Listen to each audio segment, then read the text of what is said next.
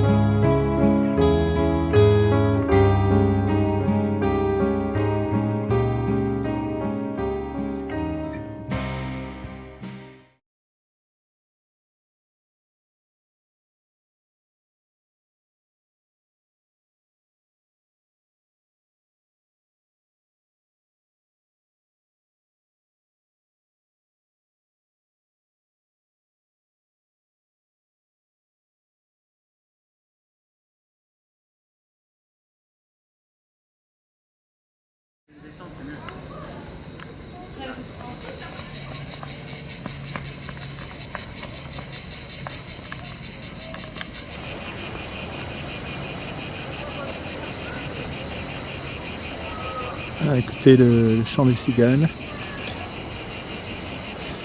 Plein de petits endroits assez sauvages.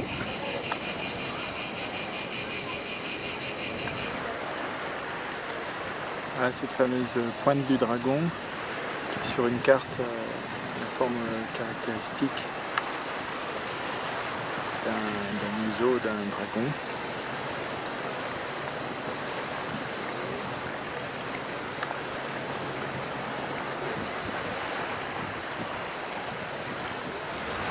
Et voilà le passage entre l'île de Sainte-Marguerite et l'île de Saint-Honorat. Et on voit que là on est en pleine saison, il y a donc pas mal de bateaux qui circulent. Malgré ça, il n'y a pas de navette pour le grand public pour passer d'une île à l'autre. Il faut revenir donc à Cannes et reprendre donc la navette pour Saint-Honorat. Ce que nous ferons un peu plus tard.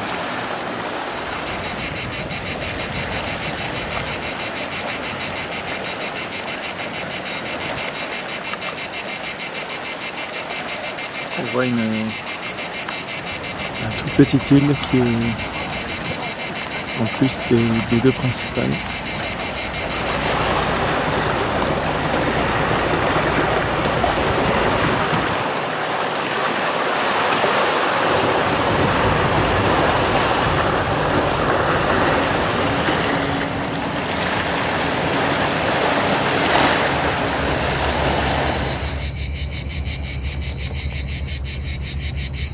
Un endroit assez tranquille, sauvage de l'île, Sainte-Marguerite.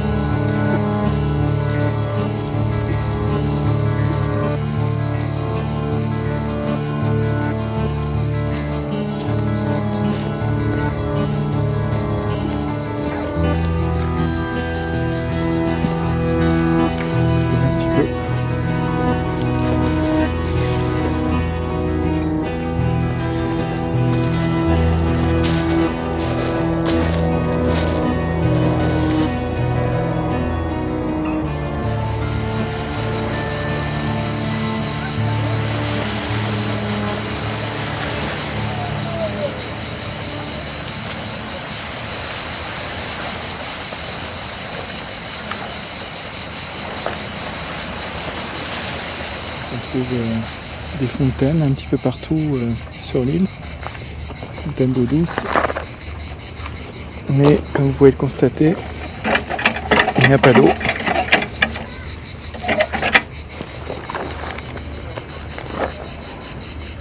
certainement parce que on est en saison sèche. Alors ici le fort de l'île Sainte-Marguerite. Andiamo a cercare sto coso.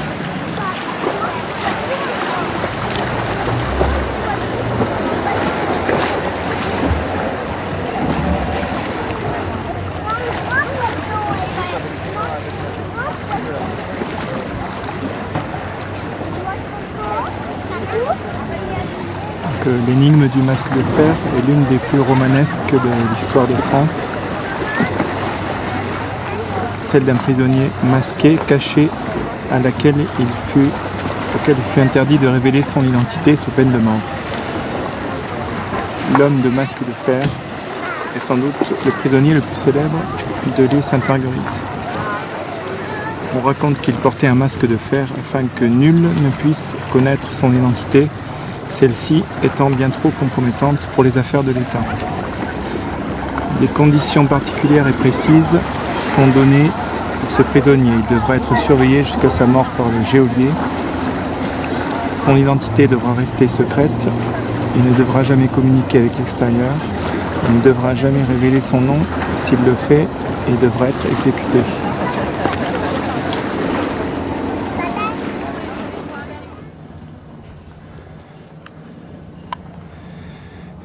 Voilà le mur de la forteresse de l'île Sainte-Marguerite.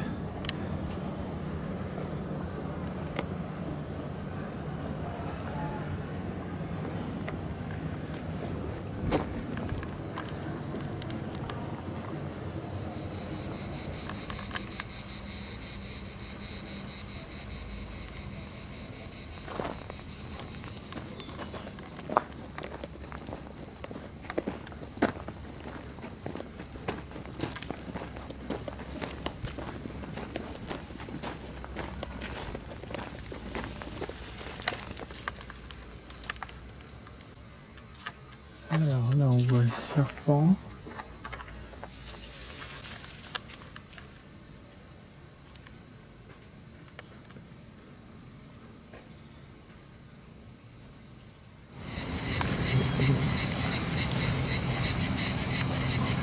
Alors voilà le canon, l'inconnu, se trouve à l'entrée du fort royal de l'île Sainte-Marguerite. Il a été découvert en 95 au nord de l'île et on sait qu'il a été fondu en 1715, année de la mort de Louis XIV. Il porte les armes et devises du roi Soleil.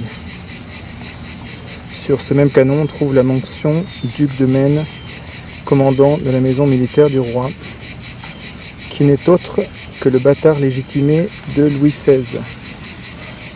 Ironie de l'histoire, ce roi a fait garder secrète l'identité d'un prisonnier célèbre, le masque de fer, emprisonné 11 ans au Fort Royal. Il est devenu l'inconnu, ayant suscité de nombreuses hypothèses, entre autres être un bâtard de sang royal.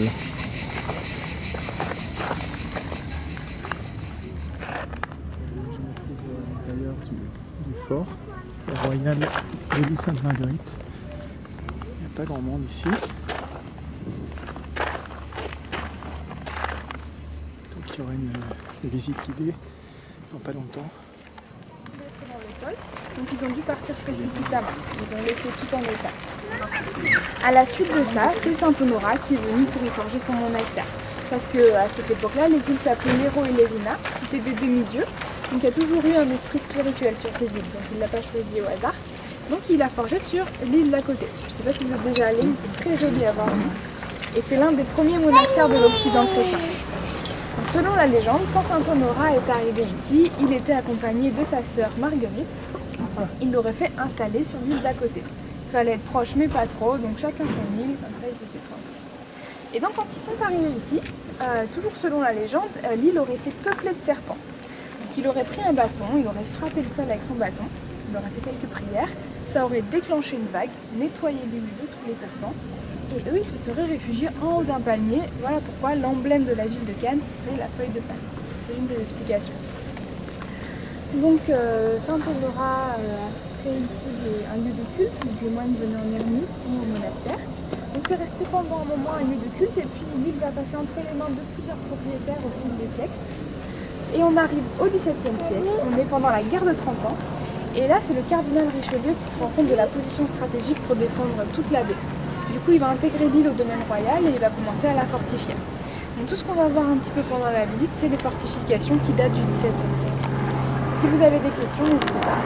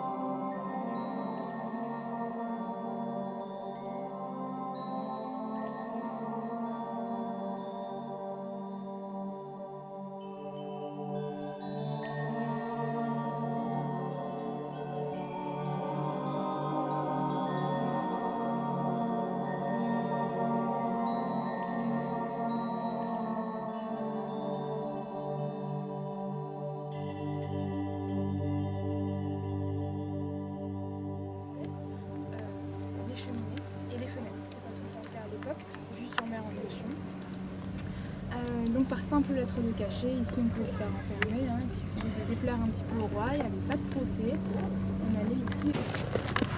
Voilà. Donc justement, la cellule d'après, c'est la sienne, celle du masque de fer. Il a été emprisonné 11 ans sur Sainte-Marguerite. Dans toute sa vie, il a fait 44 ans de prison. C'est énorme. Et il est mort à la Bastille, c'est ça. Il a fait 4 prisons différentes, celle-ci c'était la 3e, et c'est ensuite à la Bastille qu'il a été déporté, et il est mort en 1703. Quand il meurt, le roi fait jeter son corps dans la fosse commune. Donc on n'a pas de tombe, une indication précise sur sa date de naissance ou autre. Il fait brûler tous ses objets personnels, dont le masque, qui était plus vraisemblablement en velours ou en cuir, c'était en fer. Après ça fait un peu le roman. Vous verrez que dans la cellule, il y a une 60aine de noms. Toutes les hypothèses qui ont été faites sur son identité. Voilà. Celle du frère jumeau. Voilà, c'est la plus connue, celle-ci, le frère jumeau de XIV. Les historiens doutent un petit peu de cette hypothèse-là, puisqu'en fait les reines de France accouchaient en famille à l'époque. Donc il y avait beaucoup de témoins. Certainement qu'il y aurait peut-être eu des témoignages dans les écrits. Après on sent que dans les écrits retrouvés, les gens sont très brilles. Ils ont peut-être réussi à maintenir le secret. Donc à moins de retrouver un peu...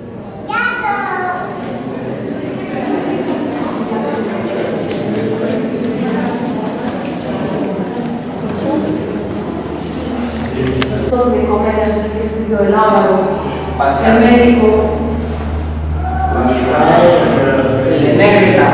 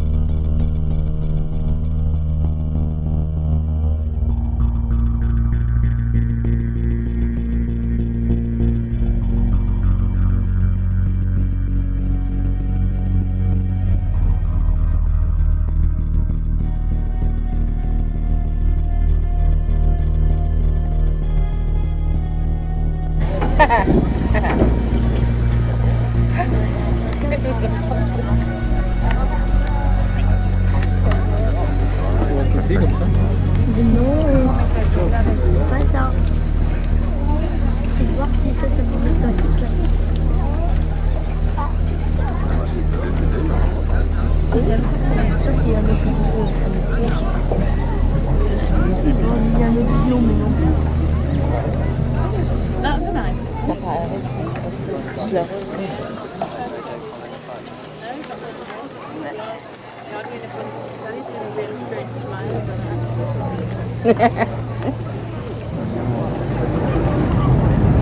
Retour sur Cannes.